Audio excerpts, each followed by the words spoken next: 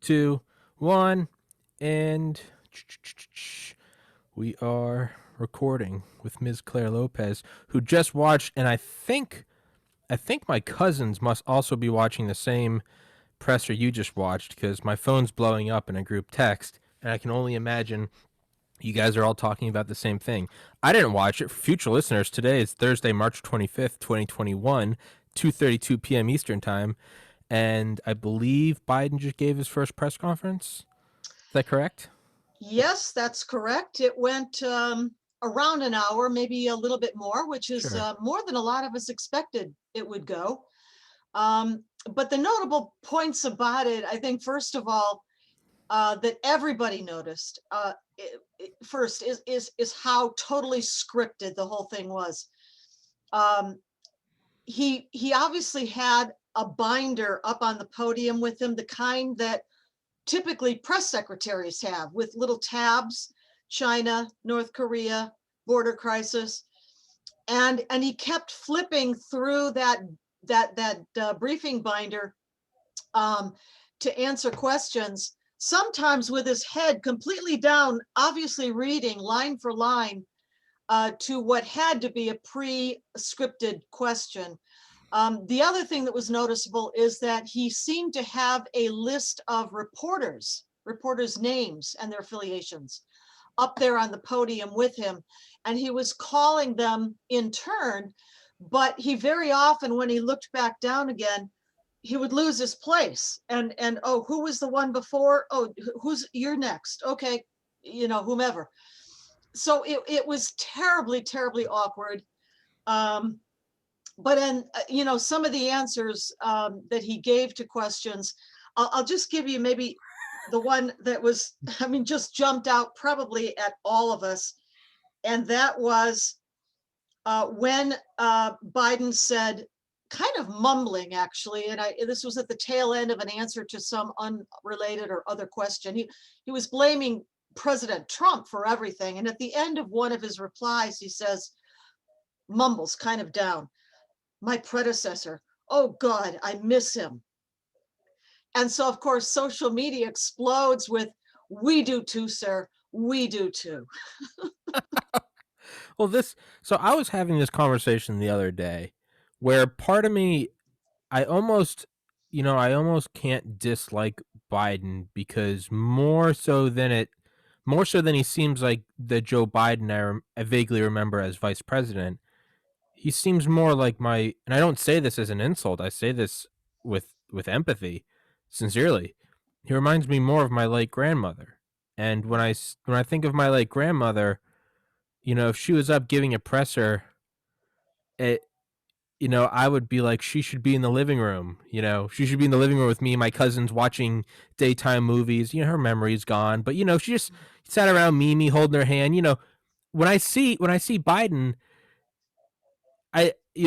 it's easier to dislike an Obama or whoever or a Clinton or a Trump or whatever. When I see him, part of me is like, I feel like he's being propped up. Yeah, maybe so. I mean, I've heard more than once from, more than one person, that's elder abuse, what they're doing to It, him. that's what it. Um, It's what it feels and like. and and the speculation is rife. Certainly today, and certainly after this press conference, during the press conference, how long can he last? How much Yeah. longer can he, stay in that position? By the way, one of the reporters asked whether he would be running for re-election in 2024. And of course, at that point, he would literally be 82 years old. Jesus.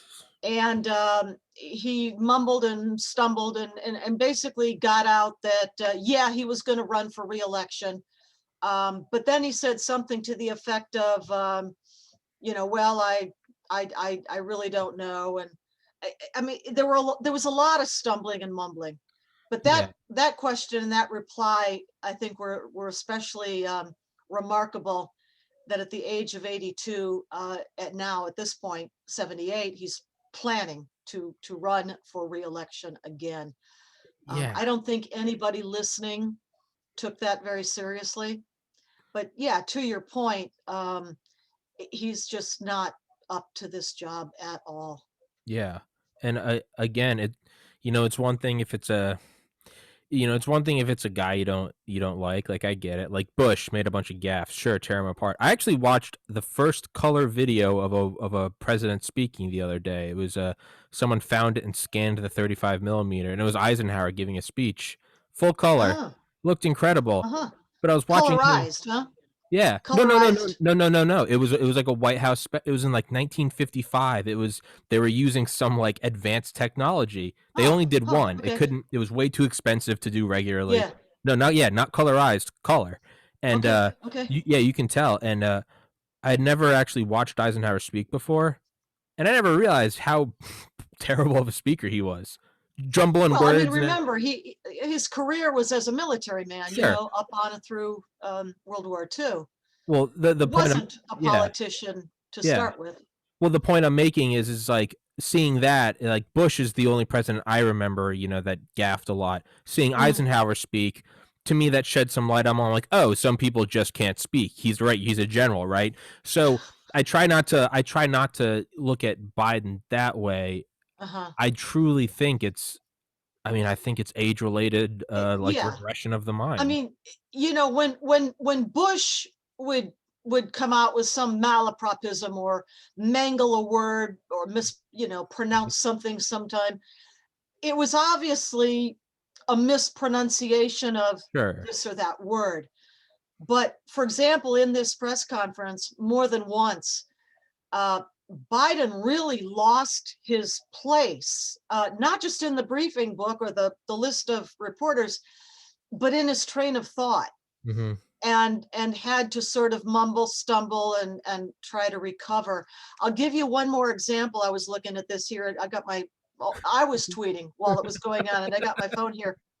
Um, and at one point, and I forget what it was about. I think it had to do with the border crisis and the illegals pouring across, something to do with a question related to that, and something about I think it was, when are you going to allow full transparency and reporters to come to the border and to actually be allowed inside of some of these facilities to see and to report and to photograph.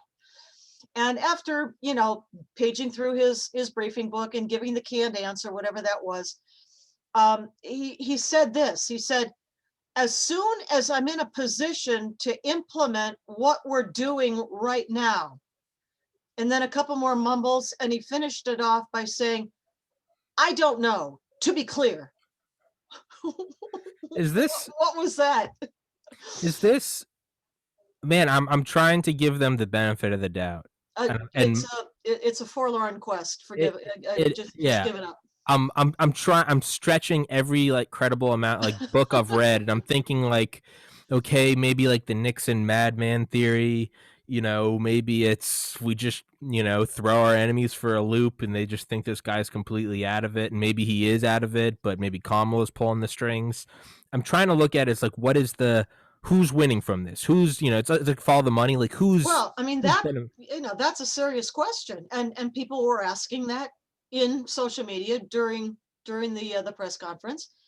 And one person, I forget who it was, said something to the effect of, "World leaders are watching this right now," yeah. and that's a very sobering thought. Well, yeah, no, it's you're watching the commander in chief. You're watching this thing. Supposed to be the leader of the free world, Yes.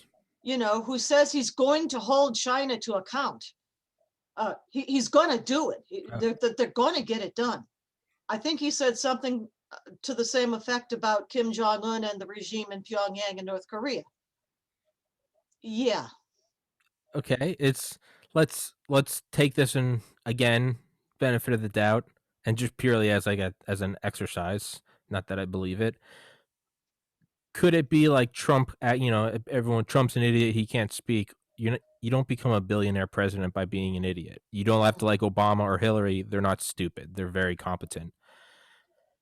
Is this the ultimate poker face? And I know there's a 1 in a million chance that's true.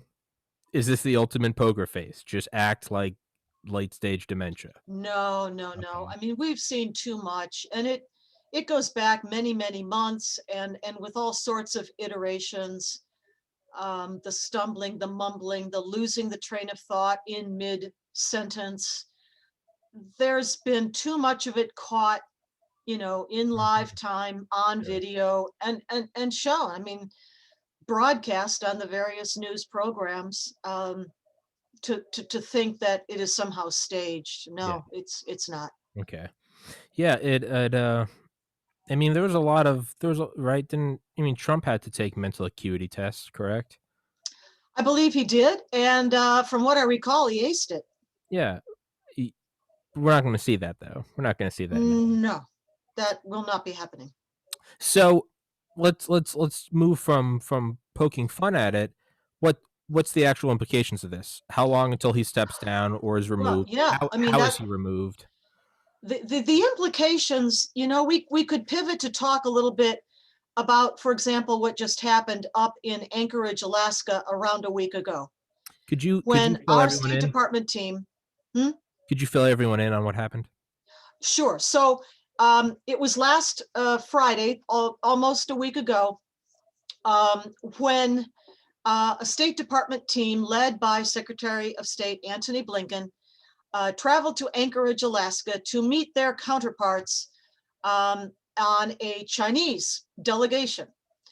And the meetings were held at the request of the US side, which I think in some measure put us at a disadvantage to begin with.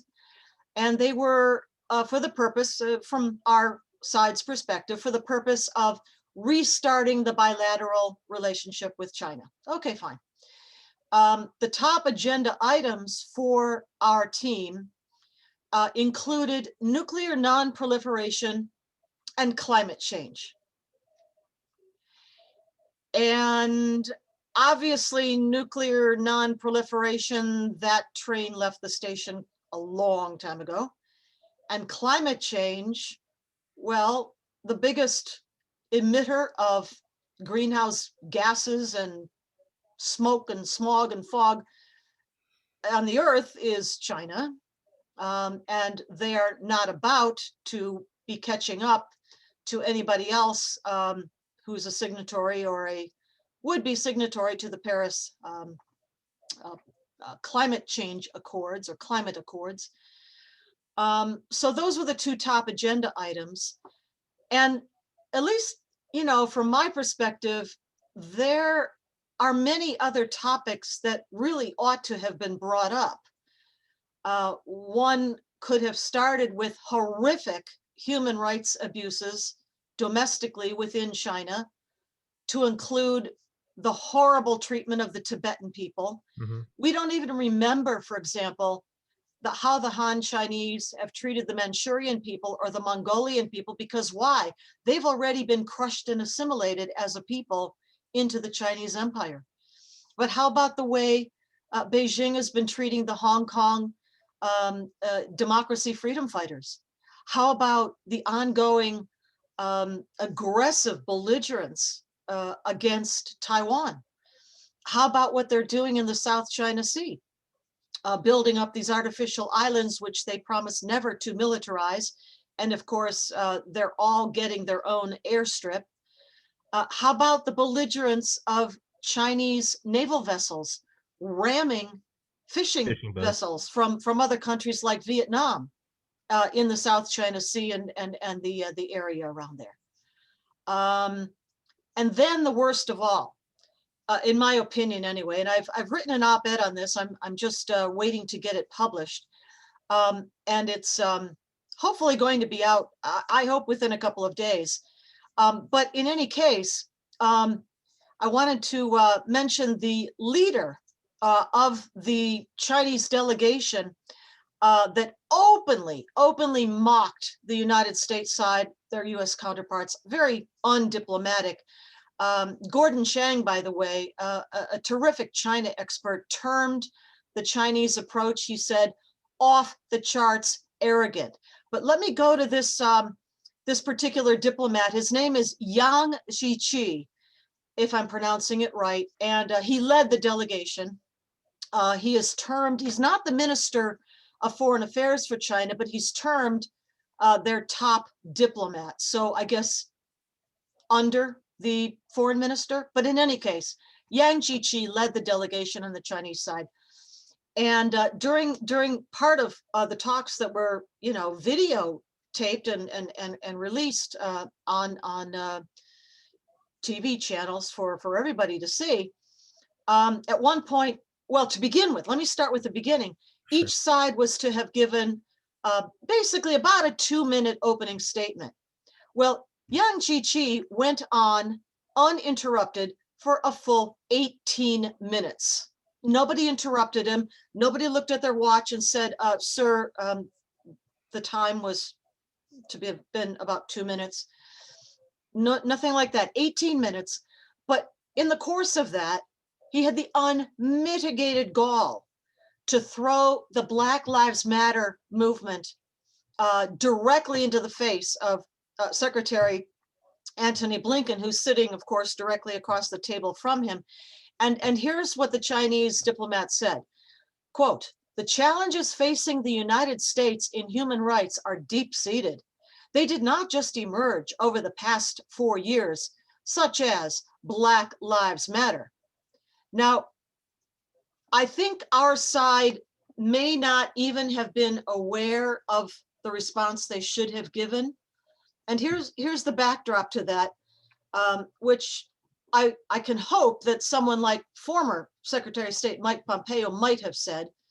But here's the backdrop.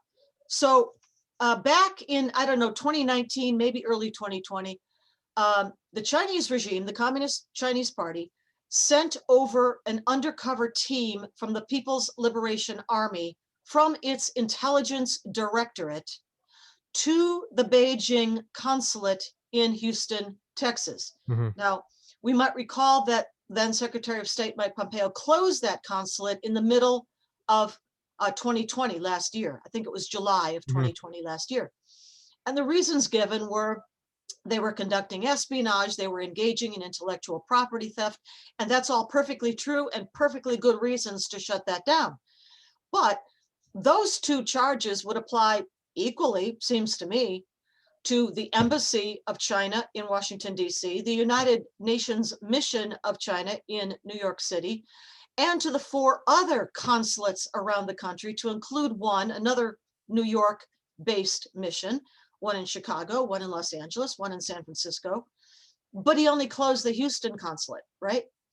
Well, I think the reason he did that was the backstory. And this is what happened. That PLA unit went there undercover with the mission to draw up a list through, I don't know, data mining Hmm. techniques, I'm not sure what, a list of Americans that they thought or assessed would be particularly vulnerable or Yeah. approachable on the topic of Antifa and Black Lives Matter and protests in the streets.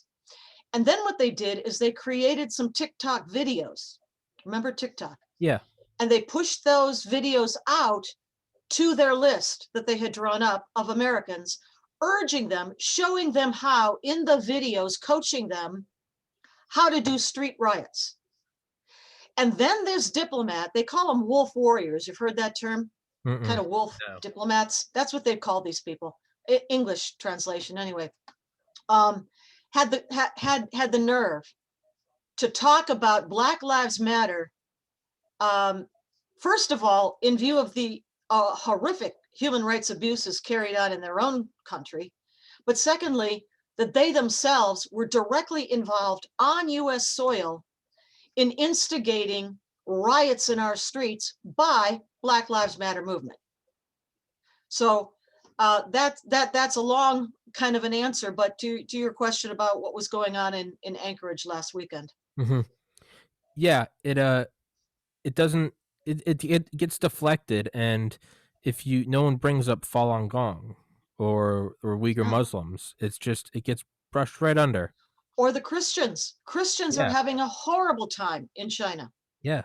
House meetings of Christians who dare not even meet in churches are raided by the police, who break down the doors and arrest people for Jeez. praying in a private home. Jesus. So is this it's sort of like following the money. It's who benefits from a commander in chief who seems to not be all there. Well, unfortunately, I do believe that's the case. You're spot on. And I'll refer to another video. And this one goes back, oh, I don't know, several months anyway. It might have been the fall of last year, 2020 or thereabouts. Maybe it was early this year. It could have been early, like January of this year, 2021. But in any case, there was a video that I think came out deliberately. First of all, because the video was very professionally filmed. It wasn't somebody's Mhm. iPhone camera taking the video, but a very professionally filmed video. And it was a video of a professor, Di Dong Sheng is his name. And he, not just a professor, but dean at Renmin University in China. And he is in a big room, an auditorium is what it looks like. He's up on the stage and he's speaking at the microphone. There's a large audience out in the hall and they're listening. And he openly, in this video clip of it that we saw, openly was bragging about the Chinese regime, the Chinese Communist Party's ability to infiltrate and influence the elite circles, the elite power circles of the United States. And he specifically mentioned Wall Street, to your question about money, to influence Americans in the way that China wanted, to influence our policy, but through power elite circles, including especially financial circles. He said up until 2016. And then he said, and then Trump came along and we couldn't do it anymore. And he was dismayed. And then he said, basically, this is all in translation and I'm paraphrasing from that, but so we had to get rid of Trump. That's And the audience erupts in clapping and happy. Can't tell if they're happy, actually. They've all got masks on, but you can tell they're clapping in approval. We had to get rid of Trump. And basically what he's saying is that now things are back on track again in terms of the Chinese Communist Party's ability to influence policies of the elite or through the elite power circles in America. So what's there we have it. what's terrifying is, I know we only got 5 more minutes, is Mm. the video that you and I did, episode 370, which got me suspended for a week. And I won't even say what the topic was, but the name of the episode was CCP infiltration. That one got taken down. A friend of mine who's a fan of the show uploaded that video on a different YouTube account. Mm. Completely irrelevant name. It was like some video game review channel. For all the episodes, he doesn't do titles of the video. He just does the number. I So it see. wouldn't be. Excuse me. Oops, my nose has been bleeding all morning. He doesn't do. He just does the name. So like for instance, this is episode 400. It's just 400. Okay. The thumbnail is always the same. It's just his logo. Mm-hmm. The description is always the same. It's just, this is my channel. Here's where you can get my merch, whatever. For every Right. video, you don't know which video is which except for the numbers. Right. There's no comments allowed. It's disabled. And you can't see the like to dislike ratio. So it's like a neutered channel. That's how you can technically, that's how YouTube allows you to market it to kids, is you have to remove everything. The point is he uploaded the episode of you and I talking titled CCP Infiltration. He uploaded that. YouTube didn't even let it finish uploading. He said it got flagged and removed. Wow. Which to me is insane, because that means they're transcribing videos and scanning them before they're uploaded. Wow. Which to me is that sent chills up my spine.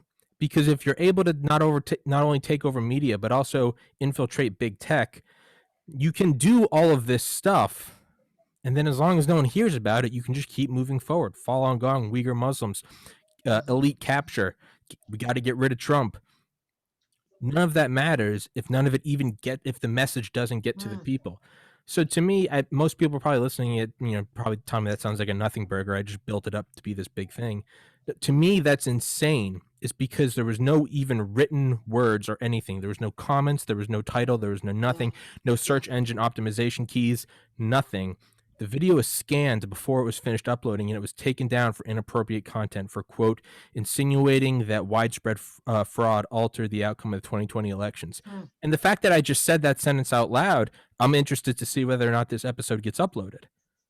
To me, it's just, Well, if there's going to be, a bright light perhaps at the end of the tunnel, it's the news that President Trump, and I think possibly or probably working with Mike Lindell, is preparing, is building a new social media channel. And one may hope that it is not just messaging, text messaging or posting of commentary and such, but also might be video capable. I have no idea exactly how it's being configured, but President Trump has teased the release or the putting it up within, I think he said something like 2 to 3 months from now, which is March 2021, it's 2 to 3 months from March 2021. something like that. Yeah. Um, that's when I first heard about that, I was kind of pissed off. I was like, dude, it's just I can't even say what happened in the November election, but I was like, that just seems so. But the more I look at it, that might be the biggest thing you could do if you've got the Competition. I mean, billions. this is Yeah. the American way, isn't it? Yes. It's Yes. free market competition.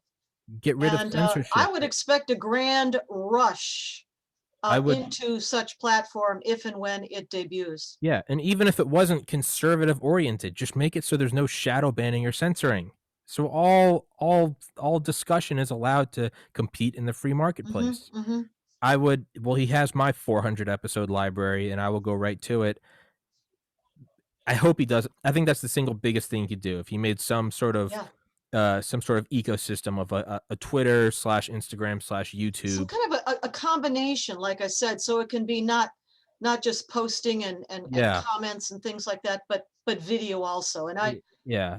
It I don't needs have to any be. technical expertise to explain Mhm. how that might be, but in my mind, I hope that's what it is. The only thing I know about that is it takes a lot. I've tried to get people to talk about that before. I'm like, could we set up a YouTube alter? And apparently, it's not technically hard. It's buku bucks.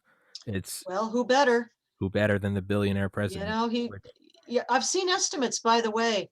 He came into office, President Trump, with something like, I think it was over a $4 billion fortune, and he lost about half of that in Yeah, office. yeah, But that's still 2 billion left, which is 2 billion more than any of us has. So, yeah.